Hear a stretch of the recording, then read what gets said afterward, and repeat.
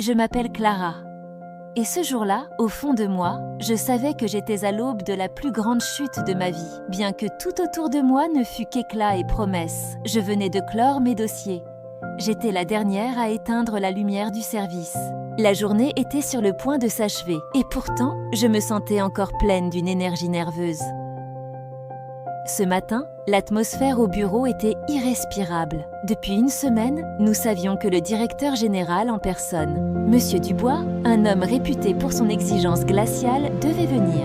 Un audit surprise, une inspection pour juger l'efficacité de notre petite agence. Tout le monde était tendu. Les assistantes s'échangeaient des regards anxieux. Moi, j'avais passé la semaine à dormir moins de 4 heures par nuit.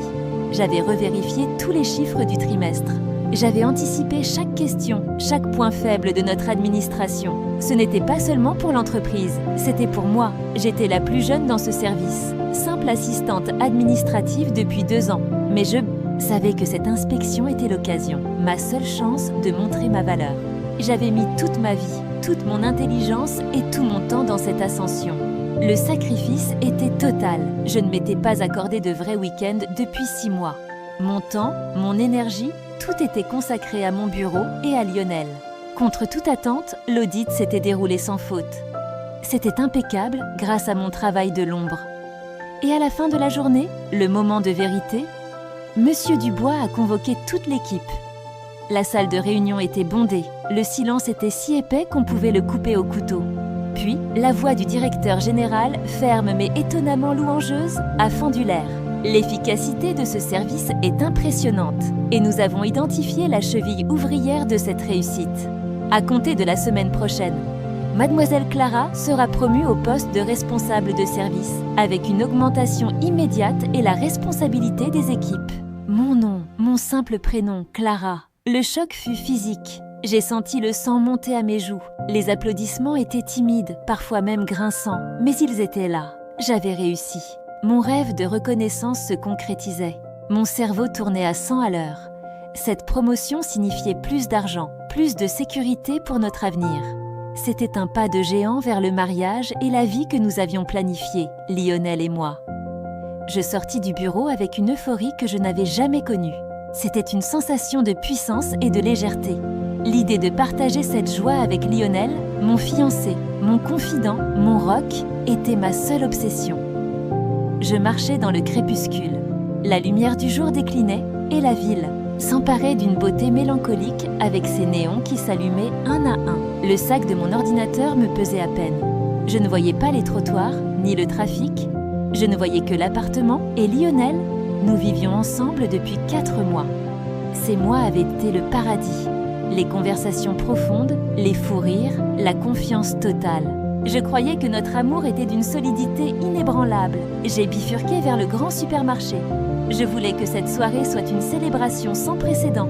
Pas une simple petite fête, mais une soirée qui marquerait le début de notre nouvelle vie. Dans le rayon des alcools, je me suis arrêtée devant son vin préféré, un Cabernet Franc avec cette étiquette rouge sombre qu'il aimait tant. Je l'ai pris, puis j'ai saisi une bouteille de champagne, un luxe que je ne m'accordais jamais. Dans le rayon des douceurs, j'ai rempli mon panier des biscuits croquants et du chocolat noir dont il raffolait. Et puis, j'ai trouvé ce fameux parfum d'ambiance à la vanille, chaud et sucré. Il disait toujours que cette odeur transformait notre appartement en un cocon, un refuge contre le monde. Je souriais bêtement, le cœur gonflé de tendresse. Je me suis imaginé la scène une centaine de fois. Je vais lui jeter le sac de course et lui dire d'ouvrir la bouteille. Je vais me coller à lui sur le canapé et lui raconter en détail la tête du directeur général. Je l'entendais déjà me dire « Mon amour, je sors le grand jeu ce soir. Je suis tellement fière de ta force, de ta détermination. » Mon cœur battait un rythme fou, un rythme de victoire et d'amour. J'avais cette sensation étrange que tout était aligné, que la vie était enfin juste. Je suis rentrée chez nous. Il était 10 minutes avant 20 heures. Le ciel était devenu d'encre, mais les lumières dans l'immeuble de l'autre côté de la rue me renvoyaient une image de chaleur et de foyer. J'avais l'impression que le monde me faisait une trêve. Mais je ne savais pas, je ne savais pas que cette même soirée, cette apothéose de ma réussite, était l'instrument parfait pour ma destruction. Quand j'ai introduit la clé et tourné la serrure de notre appartement, le monde s'est mis à vibrer différemment. La première chose qui m'a glacée, ce fut l'odeur. C'était le parfum de vanille. Le même que j'avais acheté au supermarché, mais 10 fois plus intense, capiteux, étouffant. Mais sous cette vanille, il y avait un autre parfum, celui que je n'avais jamais porté. Un parfum capiteux de jasmin et d'ambre. Je me suis figée, mes sacs de course au sol. Le champagne a roulé légèrement. J'ai cru que Lionel m'avait devancé en allumant mon cadeau. Mon cœur s'est gonflé d'une émotion mêlée. J'ai retiré mes talons, les laissant là où ils étaient tombés. Sur la pointe des pieds, avec une prudence que je n'aurais jamais soupçonnée, j'ai avancé dans le silence étrange de l'appartement. La tension était si palpable que je pouvais la couper. Le salon était plongé dans une lumière tamisée, douce et traîtresse. Mon regard, instinctif, s'est posé sur la table basse. 2 verres à vin y reposaient. Pas 3, pas 1, 2. Le vin rouge était à moitié consommé, et 2 assiettes, dressées pour un dîner romantique à 2. Le scénario d'une fête surprise pour moi s'est évaporé dans une bouffée glaciale de panique. Mon cœur a commencé à battre si fort que je sentais le pouls dans mes tempes. Je me suis immobilisée, les yeux fixés sur le couloir sombre menant à notre chambre. Et puis, le son. Un murmure, suivi d'un rire étouffé qui a fait trembler le peu de confiance qui me restait. Le rire était trop léger, trop proche. Je me suis dirigée vers la source du bruit. Chaque pas était une torture. Clac. Mon pied a heurté un petit meuble dans le couloir. Un bruit sec. Traître. Le murmure s'est tu. Silence absolu. L'attente était insoutenable. J'ai collé mon dos contre le mur froid, retenant ma respiration, les mains serrées sur ma bouche pour ne pas laisser échapper un sanglot. J'attendais, pétrifiée, que la porte s'ouvre, que Lionel sorte et me donne une explication absurde. Mais la porte est restée entr'ouverte. Une mince bande de lumière, une fente d'1 centimètre, restait. Et dans ce silence tendu, j'ai entendu une voix qui m'était familière, mais que j'aurais voulu ne jamais entendre à cet endroit, à cette heure. Une voix qui haletait, pressée, voix de femme, chuchotée, nerveuse. « Lionel, arrête !» J'ai entendu un bruit. Et si elle était là? Et si elle rentrait? Puis, la réponse de Lionel, désinvolte, méprisante. « Lionel !» Voix basse, moqueuse. « Mais non, chérie, elle fait des heures sup. Et de toute façon, elle est trop concentrée sur ses chiffres pour entendre quoi que ce soit. Allez !» Un autre rire. Un rire d'une familiarité effrayante. C'était le rire de Sandra, ma collègue, ma prétendue amie. Le monde a implosé. Je n'ai pas pu m'arrêter. Je devais voir, je devais le confirmer. J'ai avancé vers la fente. Un simple coup d'œil. Et là, la vision, nette, cruelle, dans le halo de lumière de notre lampe de chevet. Lionel, mon fiancé, notre avenir. Dans notre lit, avec Sandra, ma collègue, mon amie. Tout s'est écroulé. Le bruit du monde a été remplacé par un rugissement intérieur. J'ai senti une nausée violente monter. Mon corps, tout entier, s'est pétrifié.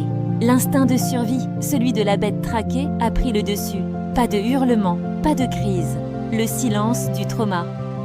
Je ne sais pas combien de temps j'ai passé à les regarder.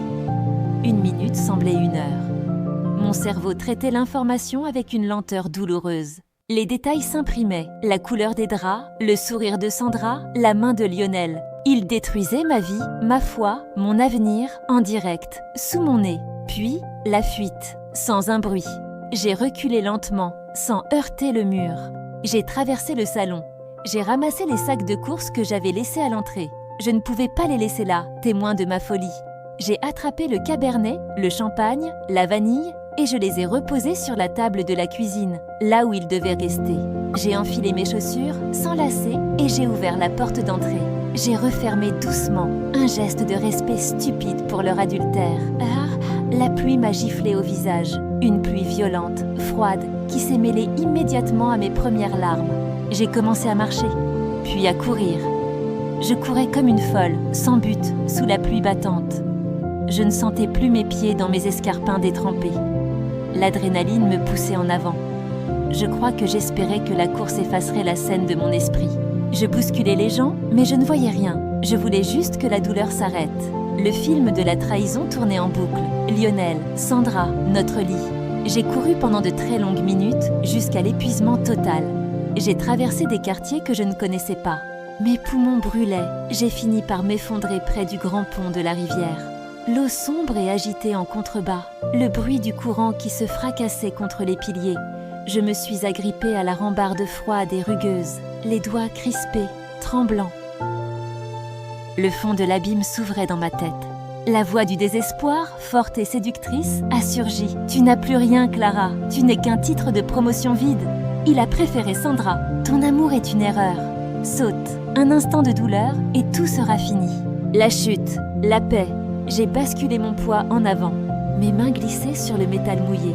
Je fermais les yeux, me préparant à la délivrance.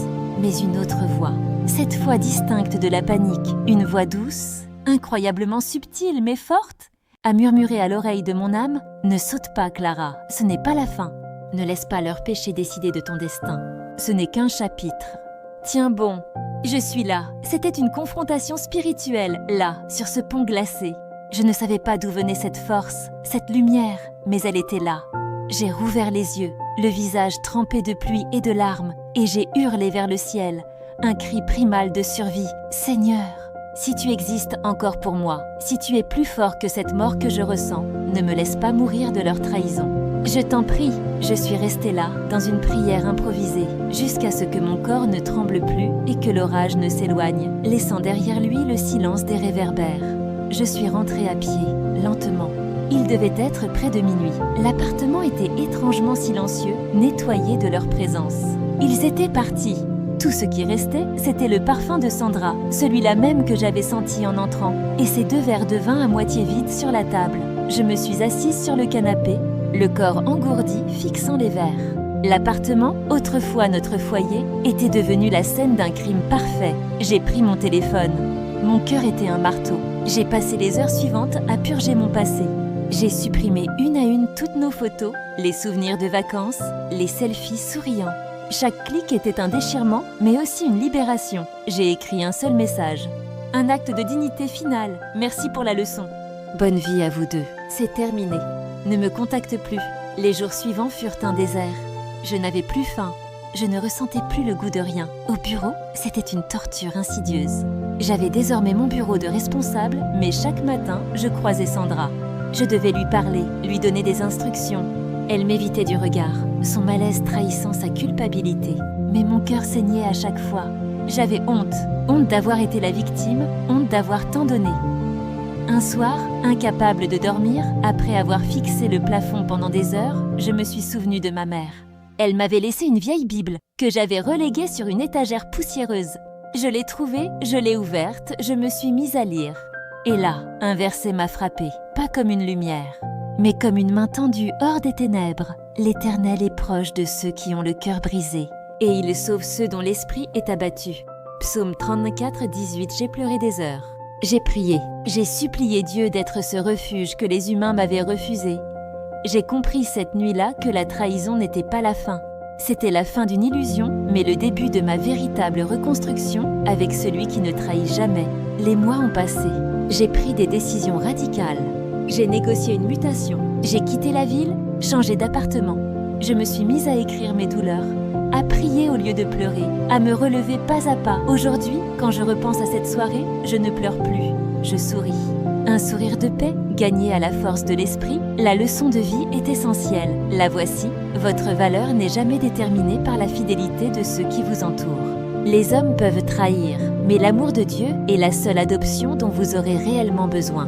La douleur n'est pas une fin, c'est le révélateur d'une force que vous ignoriez posséder.